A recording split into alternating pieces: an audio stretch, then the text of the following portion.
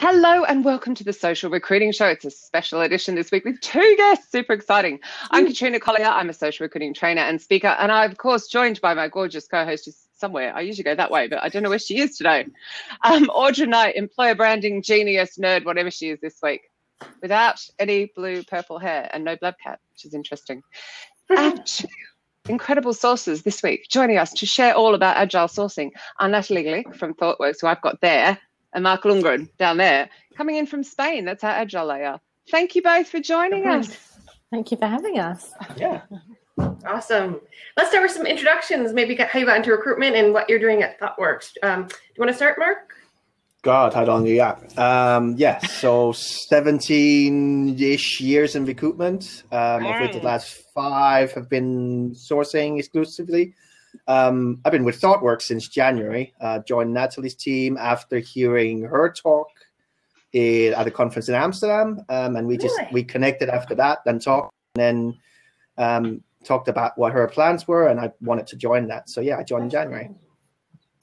And I have been in recruitment for about the same amount of time, 17 years. Makes me feel Why does everyone curl their nose up as they say that? Like 17. It makes you feel like you're actually really old all of a sudden. You're like, 10 years, that's fine. The minute you hit like 15, 16, it's like, oh dear. 30 years of driving, 17 in recruitment's fine.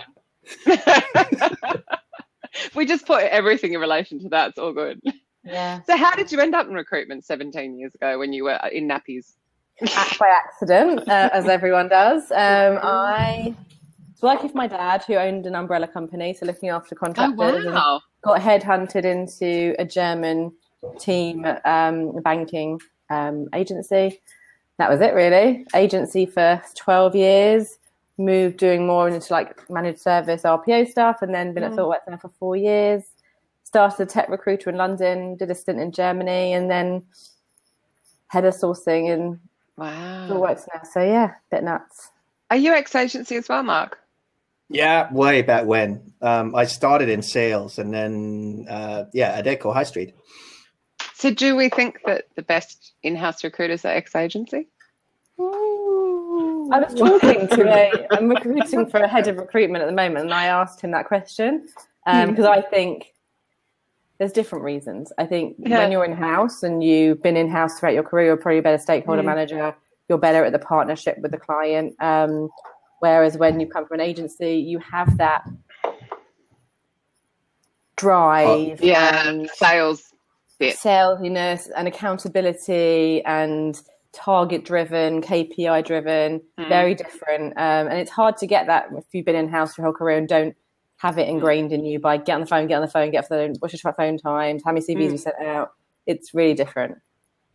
I think they also, therefore, you don't have the fear of the phone. Yeah. Like, obviously, we're going to talk about agile sourcing and developers and stuff, but the non-developers who you might just want to call, I think a lot that come up, the in-house are a bit scared to call as well. So can you explain to people what agile sourcing is? I mean, I'm sure there are some people out there that don't even know what sourcing is. So adding the other word, oh my God. Mark, do you want to start the intro? Sure. Who came up with it out of you two? Well, ThoughtWorks is a traditional agile shop. So the whole kind of agile movement going back, 20 years, ThoughtWorks was a big part of that originally. So Martin Fowler, who's our chief technologist, was part of that kind of group of people who kind of formed the idea around agile software development. So when I joined in January, we have 3 days of onboarding, and I've recruited agile developers before, but never really understood what that meant. For me, it was like, it's a way of working. Like you ask a person, say, yeah, and they're like, yeah, sounds good. But just into introduction, it was just going more a bit into the history and the methodologies behind it. So I started reading up on it. It's like, this is interesting, but not just from a development point of view. There's a lot of methodologies that seems to be some of the things that I've been missing in my career. I did some YouTube videos about both Martin and other people talking about it, and saw, has anybody done it in recruitment? And then I wrote Natalie a long email about why I thought we should look into it, and some of the pros and cons and what I thought we could get out of it. And she said, let's do it. And within a couple of weeks, we had one of our Agile coaches worked with us to map out our process and what he thought would make sense. And within 4 weeks, just after SOSCON Vegas, we started off with the team. I think historically, Mark, before Mark came on board, we've always tried to adopt some kind of agile process within our recruitment function, whether it's a daily stand-up, a Kanban board of our plan and what's happening and where we are with it. But no one's ever gone board? Kanban board.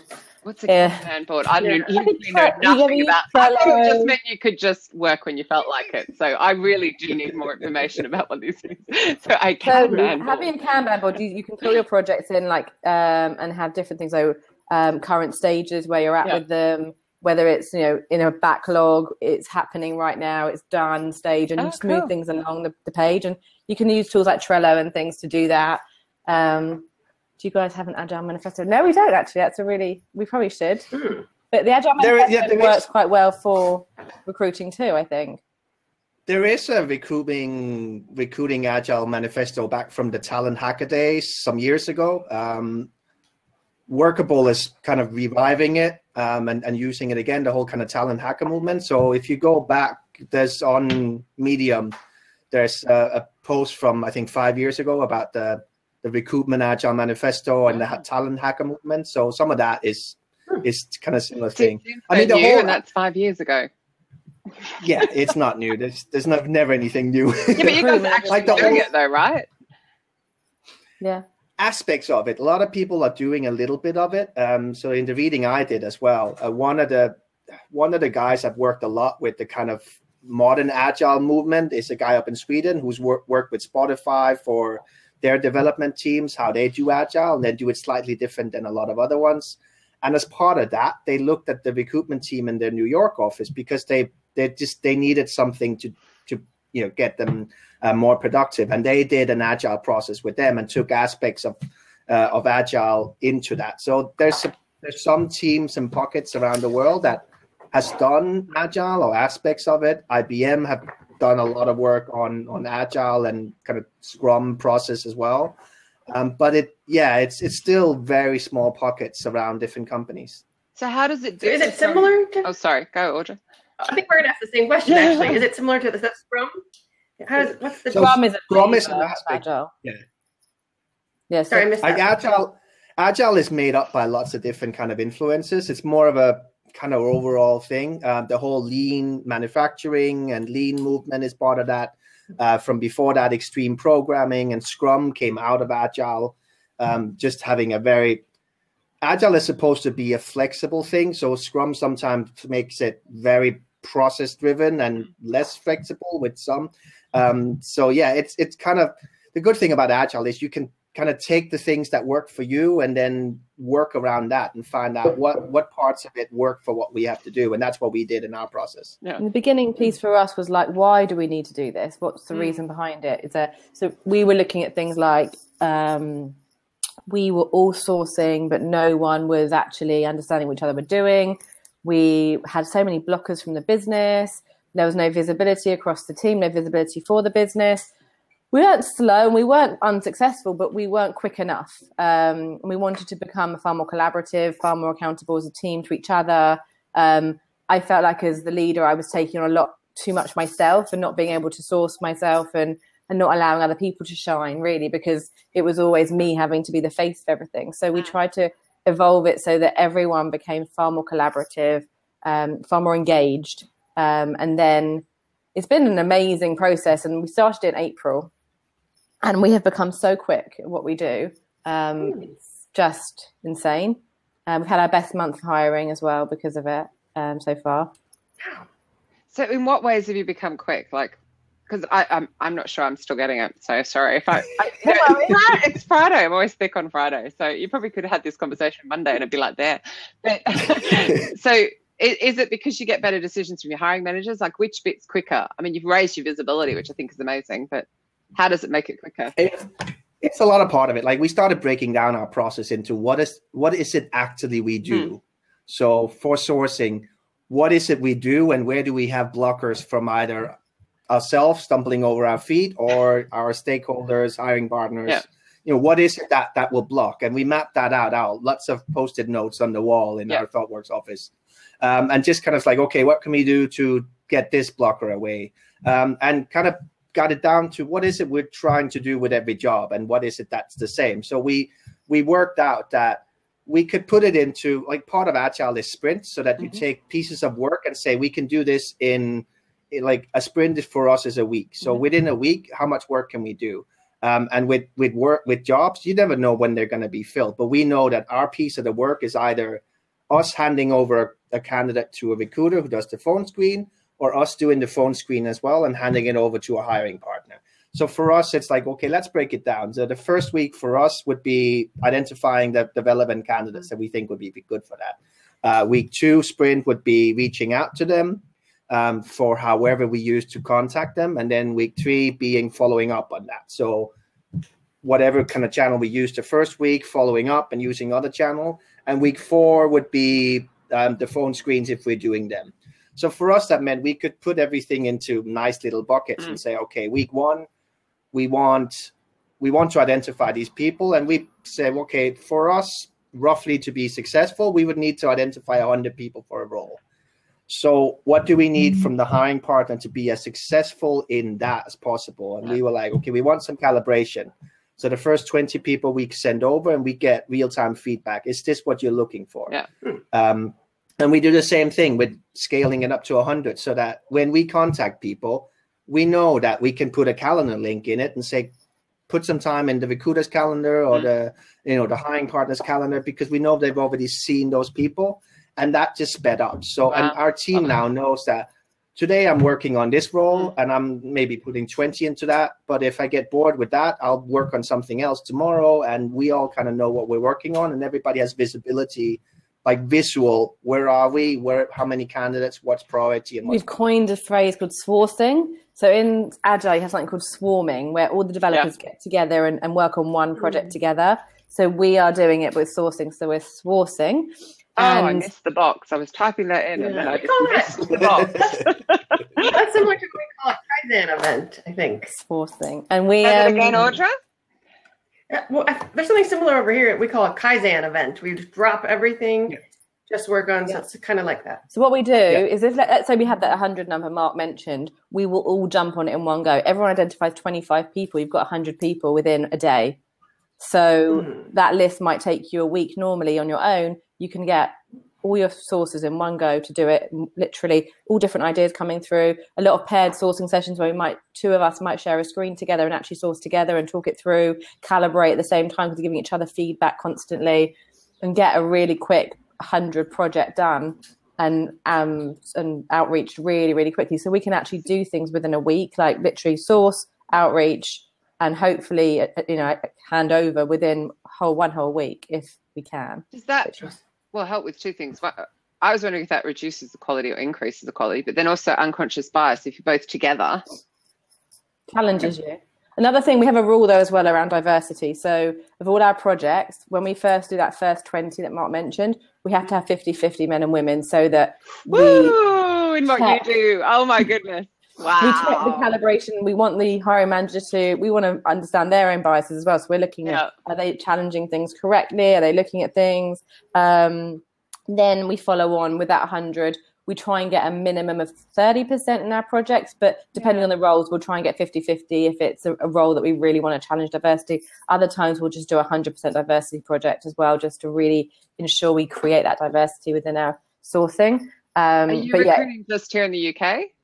No, we are a global team. So we have sources in India, North America, and the UK currently, and we source for every role of all our offices globally. So we have 41 offices in 12 countries.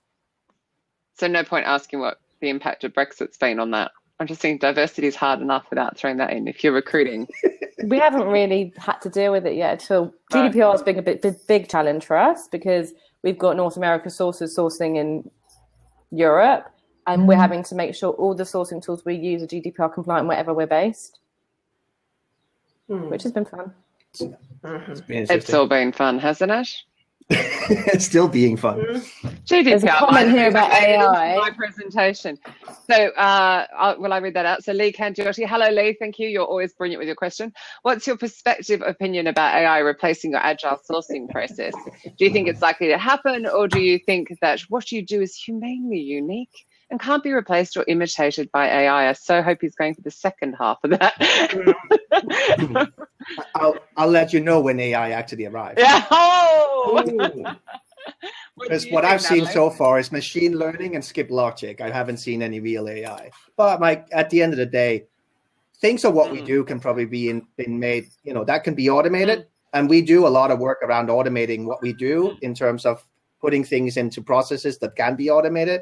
But yeah, the paired sourcing and actually having that, challenging your own bias, just coming up with ideas is like, how do I find a female developer in this country? Because they're not popping up in my normal search. It's like, how do we try to think differently, and where would we look, and where would they be, and where would they go, and things like that. I'm sure you can program that, but at the moment, the AI is still programmed by people, and we try to get input from the best people and from our own people of, okay, I'm looking for these people. Let's ask the developers themselves where they actually would hang out. We use our people who are not currently on a project when they're in the office working on our own kind of internal projects, get them to source and get them to give us input for how would you look for these people in this country, or how would you find your own colleagues. So just constantly learning from that as well. And I don't see an AI doing that anytime soon. We've got that creativity, haven't we? That when we're together and we're talking through something, we'll come up with an idea. I'm just not sure AI could do that. What were you going to say, Natalie? Sorry. The ThoughtWorks don't also hire a standard skill set at all. We look at everyone we've hired recently. There's no patterns at all. We hire every programming language because we are consultants and we need to be able to go anywhere and use the right technology for the job at the time. And also we have a really strong cultural core. So being able to look at a cultural background on a profile, I don't think a machine can do. And even speaking to people, understanding them, a lot of what we do isn't automated. As Mark said, some of our processes definitely can be automated. And we've done that in some of our outreach. We're trying to put things into campaigns and cadence to ensure that we have first, second, third outreaches, sometimes fourth, to ensure that we don't miss out on people. And actually our conversions have got better and better because we've had second and third outreaches. And that's automated for us, and it saves us so much time. You can book me's and things for diary management, but what we do as people, I wouldn't want us to automate personally. No, I think it would be tragic. So I don't want to give away any of your SourceCon presentation, Mark. So you guys obviously talked about this at SourceCon in London. Great response with I'm so loving the person behind you, Natalie, by the way. It's not half freaking me out myself. I could see part of my head. Now they've stood. Our co-working office. Oh, now they're in duplicate. One of those never-ending mirrors. It's brilliant. But obviously you're talking about video and how you've used that, but the response rates have gone up, haven't they, as well? Yeah, we haven't even started touching on video yet. That's kind of one of the future iterations. The tool that we're working with for our emails, when we started working with them, that was one of my first suggestions to them. So we got the developers of that tool to start integrating videos as well. So yeah, that's slowly gonna. The good thing about the process and the agile process is it's not, this is the process, everybody follow it. It's constantly iterating on it. And we had a meeting yesterday. It was like, how did they go the last month? What do we need to change? What went well? What did not? So what could we do better? How can we do that? What's the kind of small projects? Who's going to own that and bring that back? And we do that every month to constantly say, and we do that even in our daily calls. It's like there's, one of us notices something is like, we're not quite there with this piece of the process. What can we change? And then because we talk every day, even though we spread all over the world, we can just change it. And everybody's like, yeah, let's try that for the next week and see if it's better. If not, we'll find something else. Speaking of spread over the world, where are you? So yeah, right here, now. I'm in Spain, like, making yourself jealous, sitting in the sun. I'm in Costa Calida in Spain. So. Show up. The whole team is remote. Is that right, Natalie? Sorry, say it again. Your whole team is remote, The right? whole team is remote. Yeah, we're all remote. So we all work from home. We can pop into the office if we need to, but mostly we are home workers and have that flexibility to jump on calls middle of the night, afternoons, or early mornings, depending what we need. But we try and find a time that works for everyone. And even when someone new joins the team, we look again at times. Is it right for everyone? No, okay, let's move it again then. Always trying to adjust and do the right thing for the team. I always feel like it's the Indians that cop it really badly with the time zone. They seem to have to talk in the middle of their night, bless them. Header in our team, I was going to bed at 11 o'clock last night and he was still pinging us, and that must have been like 3:30. Jeez, crazy. Yeah, but culturally they'll say yes, won't they? Which is so bad, because they should go, no, you know what, it's 3:30. Audra, grab that question for me. Yeah, good question here. What is the biggest obstacle to agile sourcing when you're working with a team of in different offices or countries, and how do you overcome it? Is that an obstacle, or do you find that it's not? I think we remove the obstacle because of what we've done, because we all contribute to projects together and no one's on their own having to do anything. We just always update each other with Hangouts and things. Everyone knows what's going on throughout the day. We're so in contact constantly. So we haven't encountered many problems. What's nice when we are doing phone screens, depending on whose time zones where, they'll pick up phone screens in North America, Australia, we'll cover Europe. Everyone just works together to support each other. And when there's someone's got too much on their plate, we'll just make it work and switch. It was funny being back home in March. Australia really does feel like, it's awake when the rest of the world's asleep. I've never felt so removed. Like, I'm like, everyone's asleep. I want to chat to someone. Like, and I was like, you guys are all asleep. America was asleep. Everyone was just, wow. It must make that. We have it with our management chain. Like in our management chain, like we have somebody based in Melbourne as well. So it's always like, okay, we have to do calls with her early morning, so it's not too late for her. And the same, Asha will pick up, Asha who's in Chicago, she'll pick up some of the phone screens for Australia because her late night will be early morning Australia. And it's just, we make it work somehow. But I had a hiring manager ping me this morning from Australia asking for a request. So she got on the phone at 6:30 her time, 7 o'clock her time, and gave me a request at 9 o'clock our time. So we just made it work. Yeah, it just adds that element of tough. I just found it really tough while I was back there. I'd forgotten how great it is being here in the middle. Like, we're in the middle, like, as far as I'm concerned. Time zone wise, it's quite easy, but yeah. And I think for the question as well, it was easier for us to explain to the business what we were doing, because Agile is such a big piece of what we've been doing for the last 25 years in the company. So we didn't have those hurdles. It was just like, well, of course, why would you not do Agile in one of our teams? So we didn't have that kind of having to explain to them what we want, why we want to do it, or what we want to do. We just had to say, this is how we're doing it, because we're doing the Agile process. Plus, the team is quite unique, and especially like coming from a lot of other kind of sourcing team, is that Natalie has the power to push back on people. We're not a service organ for them. So this is our process. If you want us to source for this, we need you day one to give feedback, day two to give feedback again, or at least at the end of the week. If you don't have that time, we won't start doing it until you have that time. Love it. And they respect that, because it's, the team has that kind of power to say, like, we will help you, but it's going to be on the way that we work in our terms. But once we start, this is roughly what you can expect in terms of timescale. That was one of the big things we wanted to change. And when I joined, we had one of the team who'd been working on basically the same role for 3 months. And I said, I hate that. I've been in too many roles where you do that and you just go blind. You're like, I've seen every candidate I think there is for that role. And I said, that shouldn't be what we're doing. We should be faster to know we're done. Plus, we shouldn't have the same roles again and again, like for that long. So, Sorry. There's somebody I'm being walking. distracted by the bikini-clad ladies. Walking along behind Mark. I'm like, so are they behind you, or are they reflected on the window behind you? They're actually in front of me, so they're reflected, Are you on the ground floor? And you're having this very serious conversation as these bikini-clad ladies are walking past. I'm impressed. You can definitely do this Agile thing.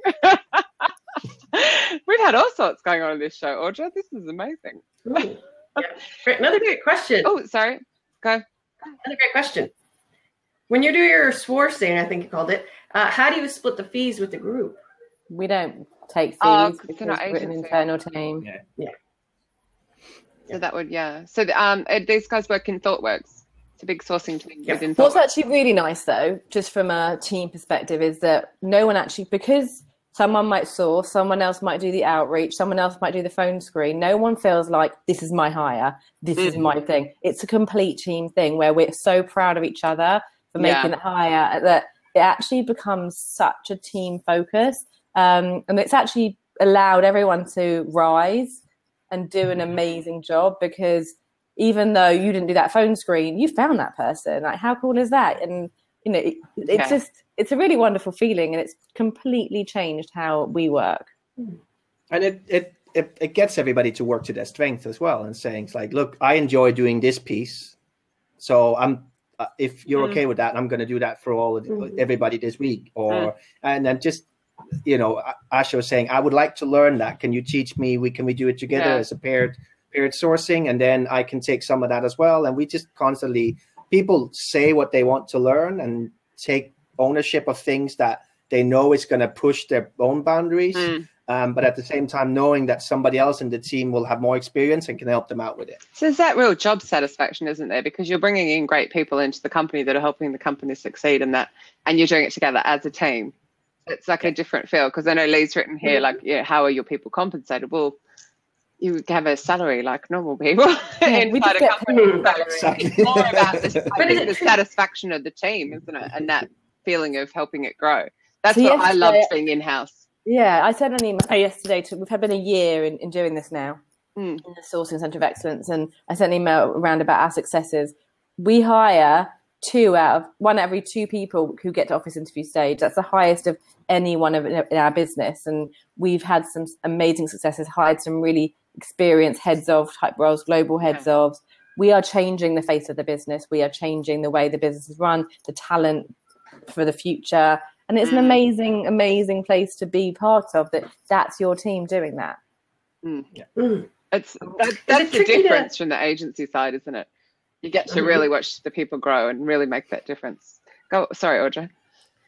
Is it tricky though to measure like success when it comes to like the end of the year? You can't say this. I had this many. You had this many. This many. It doesn't even matter. Doesn't matter. We don't. Yeah, it's the team. There are some days I worry about it, and I say, "Oh my god, like we haven't done enough hires this month." They're like, "Yeah, but you've trained all these people to source in ThoughtWorks, so we don't." So in our team, we don't just source ourselves. We actually have a way of training every new recruiter that comes into ThoughtWorks and sourcing. We're helping recruiters to source all the time. We do loads of paired sourcing sessions with our actual recruiters.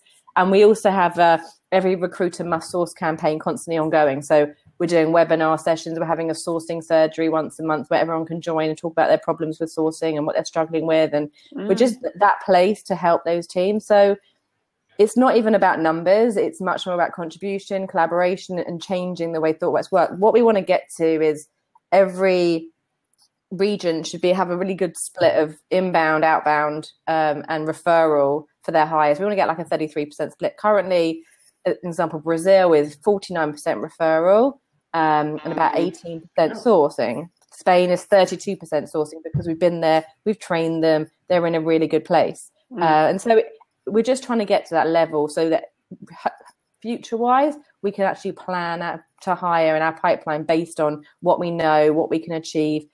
If you reach out to this many people, you're going to get this many in your pipeline. This is what you're going to need for inbounds. This is what you need for outbounds. This is how many referrals you need to focus on, and actually be more deliberate about numbers and hitting plan. So we've got a couple of questions here. I'm going to quickly whip to John's. Hassan, I'm not ignoring you. I'll come back to that. Just because it seems quite related, because we've had this whole talk about teams all over the place. So any tools or tricks to working with a distributed sourcing team? I know you mentioned Trello. I assume you've got your video chats that you have, etc. Yeah, we're on Zoom every day, so we're Zoom chatting. So it's all video chat and seeing people, not just dialing in and just seeing. Google. Okay, and somebody looks sad today, or you could just see like that thing I said, hit a nerve somewhere. We can just get over that. Or, we like, does anybody need any help? And they're like, no. And you can see this, like, I'll just ping that person afterwards and make sure. Because I think you. Yeah, I get what you mean. Hassan, you mentioned that the sourcing team is Agile. Is the talent acquisition team Agile and also within ThoughtWorks? No. Aspects of it. So the recruitment teams, depending on the region, will do They either have a daily stand-up where they kind of go through what everybody's working on. Some of them will do paired recruiting, paired sourcing sessions, either with a developer and a recruiter, or one of us and a recruiter. So there's aspects of it, and they have both Trello board or Kanban boards in the office where they actually move the different candidates to different stages physically so that everybody in the office can see what the recruitment looks like. So there's aspect of it in most of our offices, but no, that's the future step, to kind of merge what we're doing and the learnings we have to the greater recruitment team. Got you. Fantastic. Did you get that question, Audra, from Ed? I feel like I'm reading them all out, so I'm making Audra read them out. So I don't take over like I normally do. Bless her.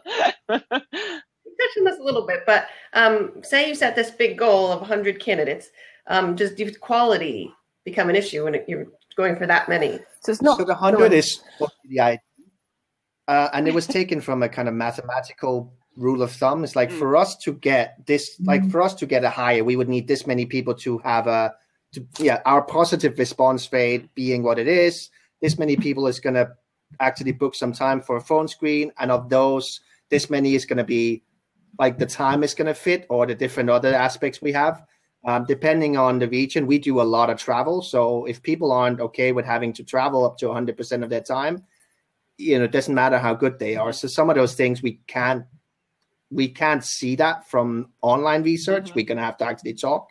So that's where the 100 comes from. But there's a few roles we've had where we just knew we were never going to get 100 relevant candidates. So some of them we just said, look, if we can get 50 on this for that specific, location, that's fine as well. But for most roles, we are able to find 100. And it's not 100 candidates, it's 100 prospects. It's 100 people we've looked at and thought they look good for ThoughtWorks. Let's do the outreach to these people. We're expecting a 30% response rate, of which maybe 15% might be positive.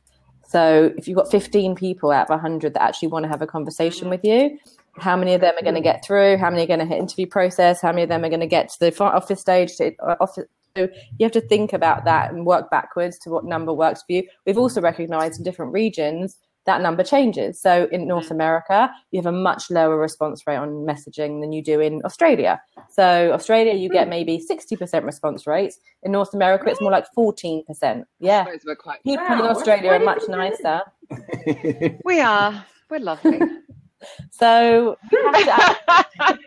we think about. I don't live there anymore. I shouldn't say that. It's not where you live; it's where you're from. Nice. Every region we have to think about outreach differently. Like North America, we know how to double what we're doing for Australia, and it will change for every single role. I wonder if you're better known in Australia. There's fewer people, fewer companies. You're probably better known. Compared to North America, we're just 25 million or something. I don't even think we've hit 25 million. So, or maybe recruiters are different in Australia, so people aren't like burnt out from getting mass emails from them. Where America, you just. I think America's saturated. Hang on, I don't think Pete made it on, and he'd answer that. He was going to. Oh no, he's not on.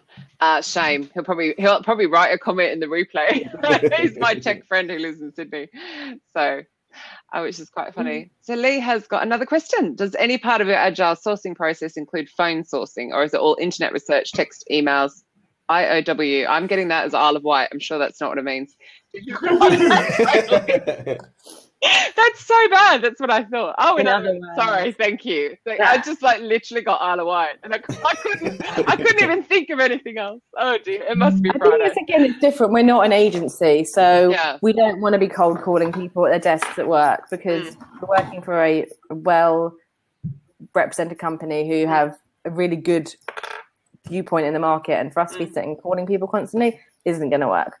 So most of it, yes, it's digital. What we do is try, where possible, to contact people through their email addresses. But if you think about LinkedIn, and everyone bashes LinkedIn, get off LinkedIn, start sourcing elsewhere. But ultimately, someone's put themselves out there on LinkedIn, so they're willing to be connected or contacted because of it. Whereas if you're going to email them through inbox, all of a sudden, have you got my email address? Why did you get my email address? Where's it come from? And they start actually getting worried, like, how's my email address out there? What's going on? So sometimes you get a better response because it's on LinkedIn, because someone is willing to accept that conversation. See, a couple of things on that. Sorry to argue with my guest, but I did not join LinkedIn to get a job. And I think a lot of people join LinkedIn. No, but you are getting in contact with them about their future career move, their job. So, and Lee has another point. Not everyone is on LinkedIn, which is very true. So I'm not saying rule it out, but I'm just saying not use it as the only channel. We don't use it. Yeah, it could be the first touch, and if that doesn't work, then move on to it's all about channels. Yeah, I just think a lot of people did not join LinkedIn for that reason, and I think we've been comparing LinkedIn. LinkedIn is just for that. Yeah, we've been doing some experiments, LinkedIn versus email, inbound, exactly the same messages, but sending via LinkedIn and email.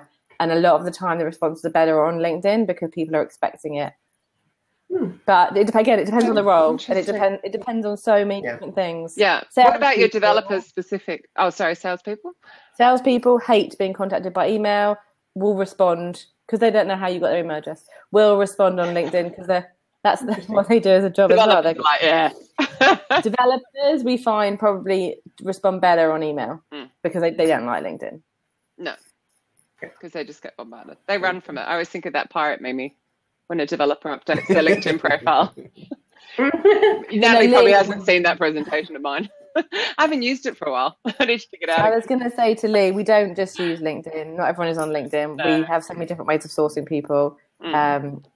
But we try and contact them through email when we can't find them on LinkedIn. And it's even for developers, 90+% of them will have a LinkedIn profile. And it's more for us, it's an anchor. Yeah, and I was surprised as well. Wow. There might not be a lot on there, but they're on there. So, and because that's kind of the anchor to everything else on social media, we'll be able to see is okay, we'll find them. Like we found them on GitHub, but this is their LinkedIn profile, which is going to give us where they actually are. Like it's just different social media has different pieces of information, location, what programming languages they do, what they're what they're into now, what they answer in what questions they answer on Stack Overflow, and so I think I would use it more as a cross-reference, but I think my first being that they don't log in very often, because when they do, they just have a whole pile of recruiter spam. With developers specific, I'd be more inclined to email. Yeah. If you're getting results, I guess it's try everything. It depends. It depends on the country. Yeah, and that's what we do as well. Like we try every week and every couple of weeks. It's like, is this working? And we run statistics on it. It's like, okay, if we have two projects that are roughly the same, let's try email with one and email with the other one and see what the difference is. It's all happening on this show. At some point, I will have somebody behind me, so I'm going to catch up. Well, mind you, he's only just gone out with the dog, so he might not. We've got cats. Yeah, Max has to come and say hello. This is Blab Cat. He was scratching at the door. Yeah. So do you change what channel you use with your outreach? So I laugh, the people that sort of say they want to put a blog on my blog, and I keep getting the same email sent to me 3 or 4 times. They never actually just call me or text me, or do you switch? Yeah. So I mean, we switched away. We constantly look at what's working in terms of what we write. We do a lot around how many links do we put in. So we tried a lot where we put a link to a YouTube video about a customer we're working with, or that specific office, or like that we have different links. So we tried longer versions with more links and then a calendar link at the bottom, or we tried a lot shorter version was like, this is what this is short story. This is why we were interested. Like, this is what interested us in your profile. Please take some time with a recruiter. And we tried a lot longer. And again, it works differently in different regions, but we constantly try to see what works and what we need to try something else on. What is a good length for developers? Did you find shorter emails or a bit longer? I've heard both. Depends on what country they're in. Yeah. Oh, people are so difficult, aren't they? And I mean, the role that we have as well. So for developers, they tend to like the longer ones from what I've seen so far with the statistics, where there's something that they can read. They like to do the kind of research. And other salespeople is more kind of, some of them are more to the point, but some of the regions that we recruited salespeople in, they wanted more info as well. So it very much depends. The personalization always obviously works. Hi, Max. Yeah. Oh yeah, for everyone. Max sort of popped How in. much Max do just you popped out personalize? again. I can't see him. How much do you personalize it? Is it just like a few bits and you use a template? I don't want to go away with that. We don't. Yeah, we don't hyper personalize. No. It's still like we still rely a lot on, because we want to see what the templates like how much of it works, but then still have fairly big chunks of personalization. But you're not starting with the word I, are you? Please. You're No, going to ruin my entire SourceCon presentation. Right. Well, John has a question that relates though. So have you used SOBO, which I had to make him explain was sent on behalf of, I miss words, as an email messaging approach within your Agile teams? And if so, did you get different results from different regions? We are looking at that specifically, both on sending on behalf of our hiring partners, because we've had tools where that worked, but also, which is another thing we started looking at, sending on behalf of other people in the team. Whereas you mean So I can send it on behalf of Natalie. We've got an idea. Using on a Friday. Next time we have to have them on a Monday. We have a theory we want to try. Yeah. We think we'll get better response rates from people if it's sent from a female rather than a male. And we just want to try it. I know the most thing you've ever heard. Yeah. And I hate saying it's ThoughtWorks is the most diverse company and we don't believe in anything like that. Yeah. But I think sex sells. And so especially with a developer, a male developer, you have 87% of developers are men or whatever it is, 83%. So if you're thinking about that, you're more likely to get maybe a response from a guy who's being messaged by a girl. We want to try and just see, again, exactly the same messages, one from Mark, or 100 from Mark, 100 from me, what response rates we get. Aren't we shocking? And the next step is video. As human beings, though, we are so shocking. So I know, so some other solopreneurs like me who, when they chase their emails up, it's like Dave from the Searchologist sends the email and then the accounts department answers and pays the invoice. Whereas when it's the female chasing, they don't. Wow. Yeah, I have another huge mic drop that I'll share with you, which is in my presentation about that, but I don't want to share it now because there's people on this, I've just checked, who are on the chat who'll be at SourceCon, so I don't want to. There you go. Yeah, I'll share it with you, Natalie, because you won't be there. That'll you have to beam you in. I'll try. Yeah. Erin, of course, totally agrees because she is a shocking flair, aren't you, Erin? Let's admit it. It's the jazzercise. We all should stop jazzercising. That's a compliment. I don't mean like you reveal which you shouldn't. I can't imagine you doing jazzercise, Mark. Maybe actually. Hey, I'm in Spain. Lots of things happen when you're on. There you go. This could happen. Maybe at SourceCon. No, it's SourceCon London. It's going to be here. We're going to see it. Yeah, we're having a party on the rooftop. Yeah, Deliveroo's offices. Erin can lead it because that's what she does. So that would be really funny. That's going to be done. My God, we're so off topic. Erin and Stephen need to be together at a conference. Stephen Costicow, and they could do it. Oh my God, could you imagine? Oh wow, I know just the one as well. I'll message it to her after. Write that down, Erin. Yeah, we're going to make this happen. So Lee has another curly question. Go on, Audra. I've been speaking too much. Sure.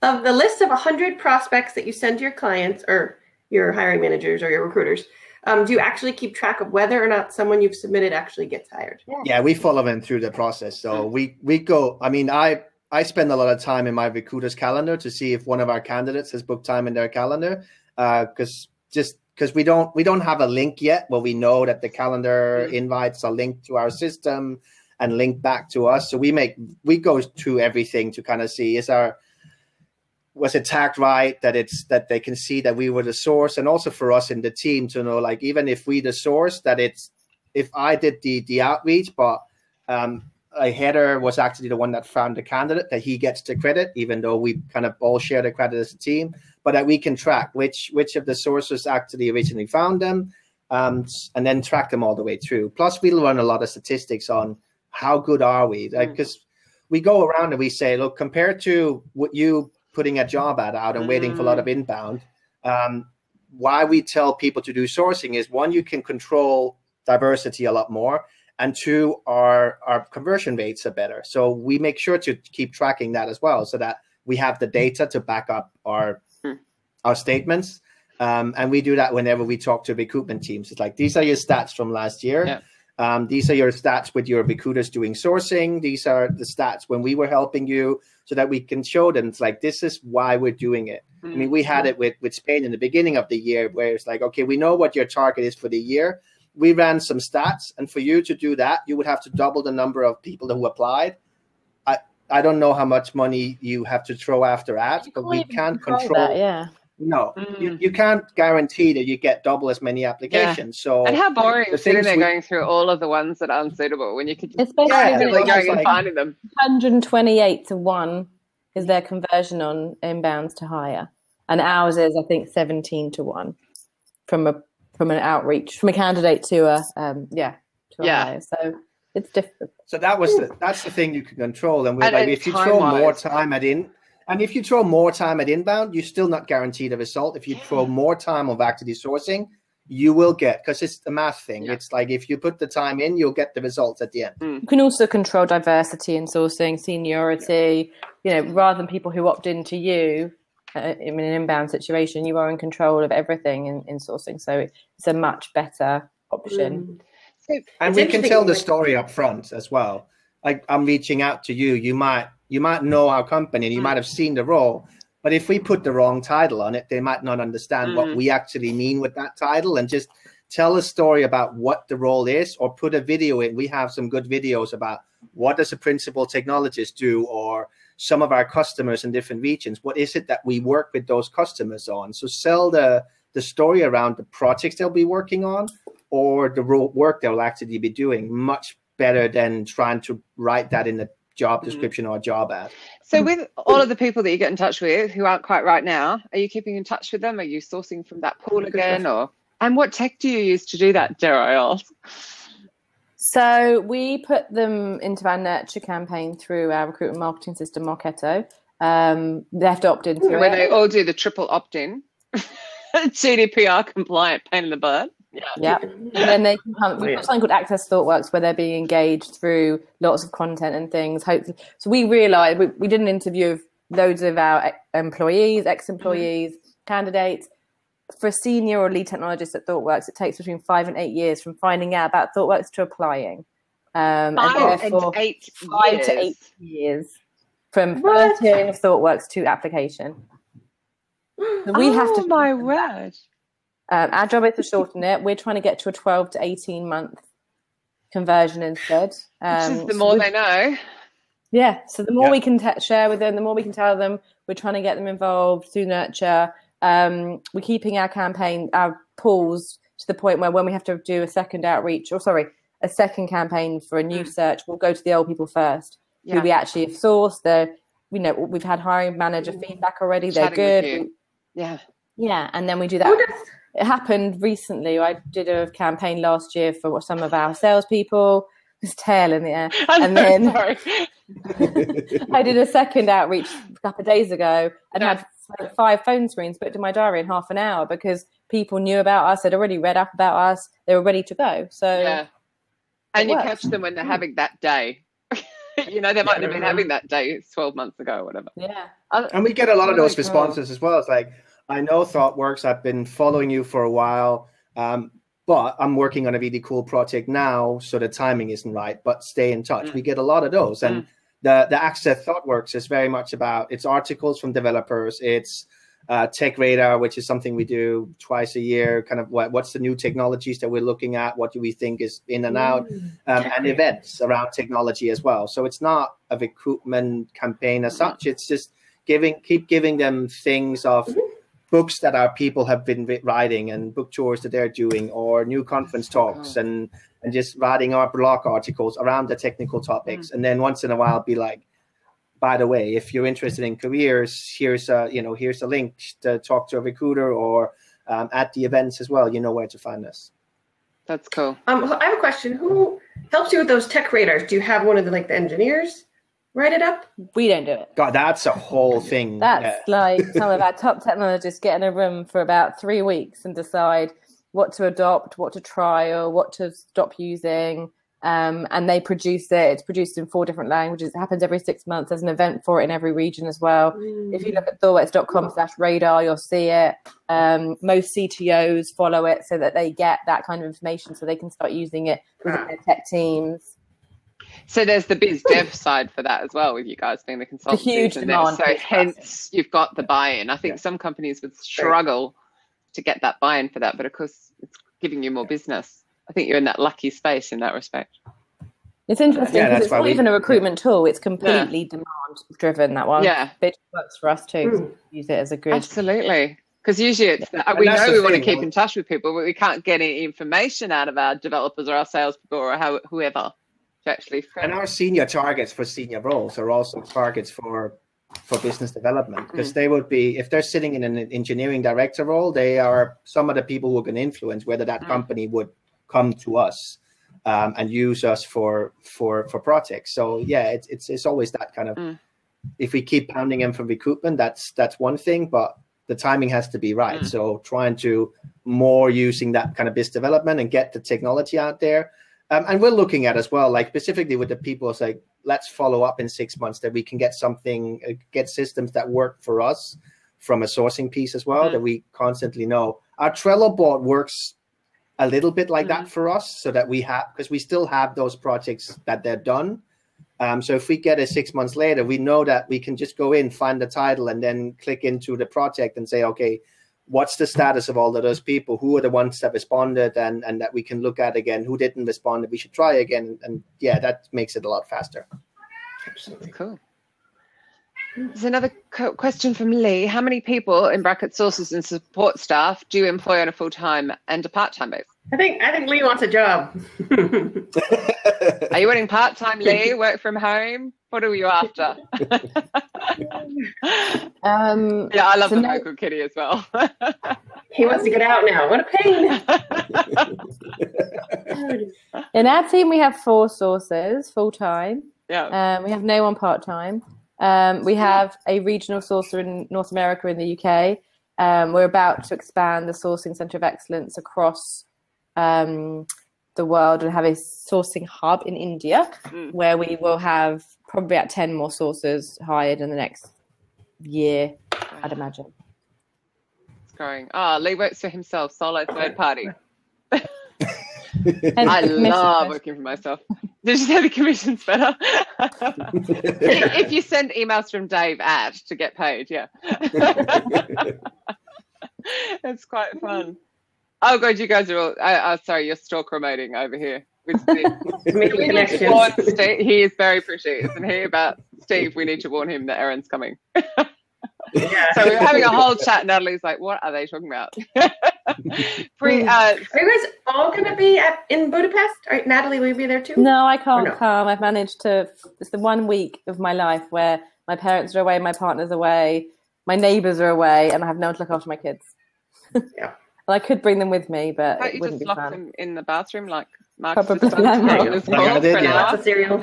I would love to. Is it 1 card or more? 2. I have a 6-year-old, nearly 2-year-old. That would be awesome. Everyone at the conference will take care of them. And That's a good thing about doing video chats every day. We know each other's kids. I'd end up going to jail for taking her out of school. Well, Erin is suggesting drugging him.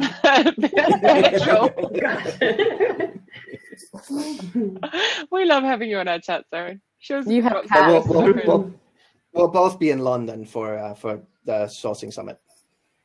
When's that? Week after. Yeah. Oh wow.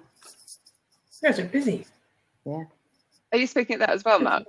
Yeah. Yeah. Me and Mark are pairing on it on similar topic to what we just discussed, but in more detail. Cool. That's really cool. That'd be great. Is that on the second day or the first day? We don't know yet. There is an agenda. It's on the second day. I'll check it out. Yeah, the agenda came out quite late, but it's out. Yeah. Oh, do you know what time? I'm trying to work out if I can. Morning. Can I just swing in just for that? 11 something. Or maybe I'll get someone to stream it. It's like 11 something. It'll be videoed. Yeah, stream it. That would be really cool. So what's next with all of this? What's the next thing to bring into the full recruitment team? It's to scale. So ThoughtWorks have been acquired by a private equity house, and we need to double in size in the next 4 years. We're currently 5,000 employees. They want us to be 10,000 in 5 years, 5 years. So lots to do. And we, sorry, Aaron's like, there you go, Lee. Come away for them. They need to double. Yeah, but he likes his third-party fees, you see. That's what he really wants. We love you, Lee. Do not disappear. We want you here. We're just teasing you. It's Friday. Yes, so scaling, growing, people walking past Mark's balcony. But they're closed. What's the fun in that? So scaling is what we need to do next. We're going to bring this whole process to a team in India where they're actually going to be working together in a room, which is going to be amazing, because if we can scale it, if Agile remotely, to do it in a room, I just can't wait to see what's going to happen and how it's going to work. And then they'll also be part of our wider global team. So we'll be having stand-ups with them and just enjoying watching it grow and working so collaboratively in such a different environment now. That's really cool. Wow. And then your team's obviously going to get bigger, right? If you're going from 5,000 to 10,000. Yeah, we're currently 4. We're going to be definitely 10 more, probably within 6 months. Yeah. Are they all going to be in India? That's the hub in India. Yeah. Yep. Why that India? is part of our team. Why India?